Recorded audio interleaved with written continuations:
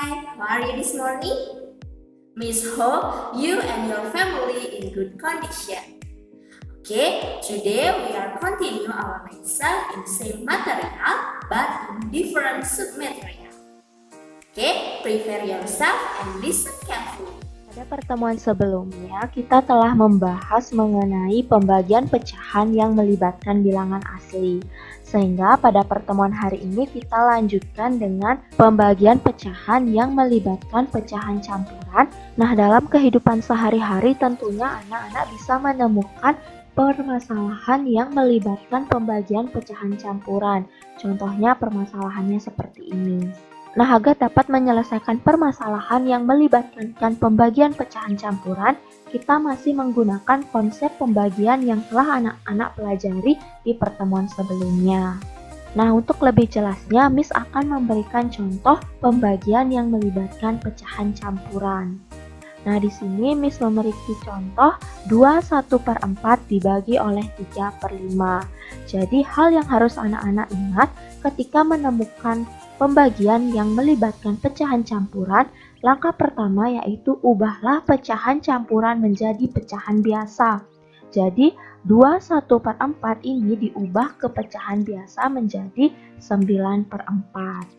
Nah, berdasarkan konsep pembagian pecahan, pembagian bisa kita ubah menjadi perkalian dengan cara mencari kebalikan pecahan yang paling belakang.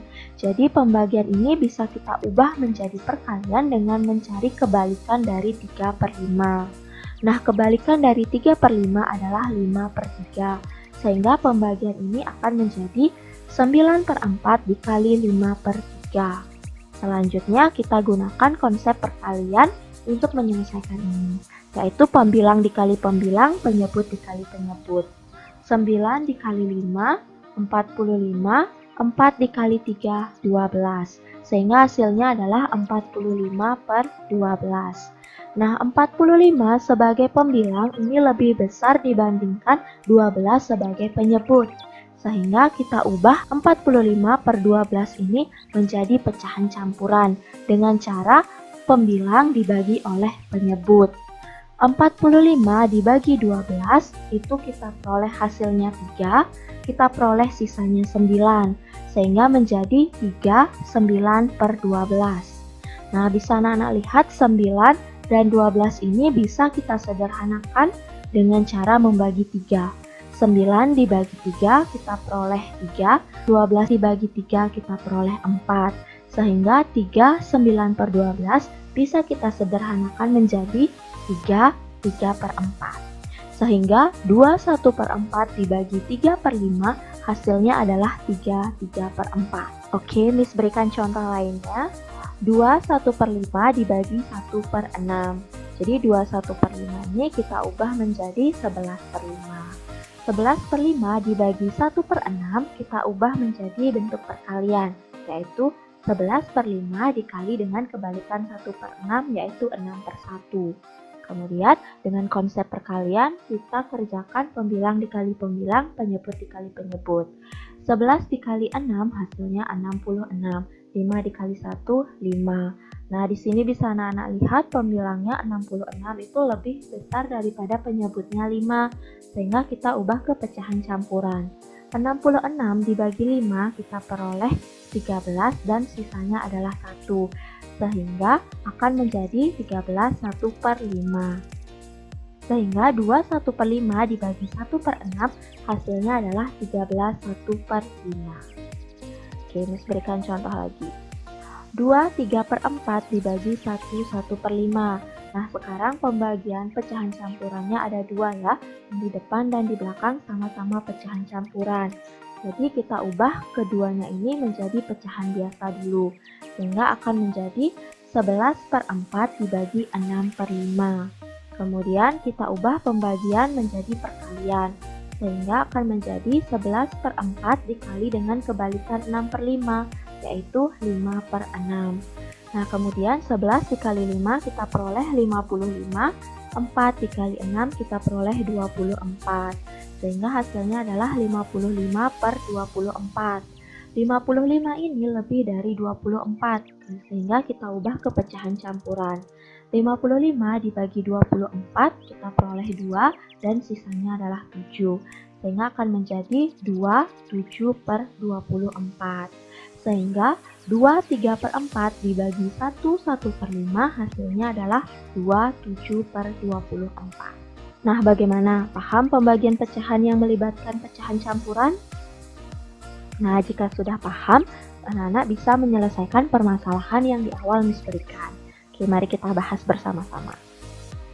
Nah, permasalahan di awal seperti ini penyelesaiannya. Nah, jika kita perhatikan, Sasa memiliki adonan sebanyak 2/5 kilo. Sementara satu buah kue memerlukan 3/10 kilo adonan.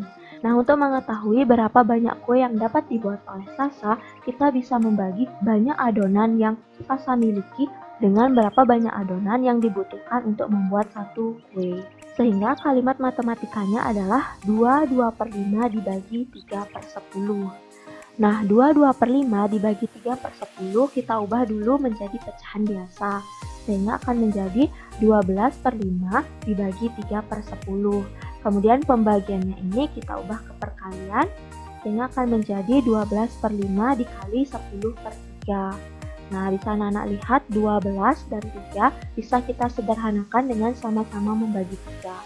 12 dibagi 3 kita peroleh 4, 3 bagi 3, 1. Nah, di sini ada 10 dan 5.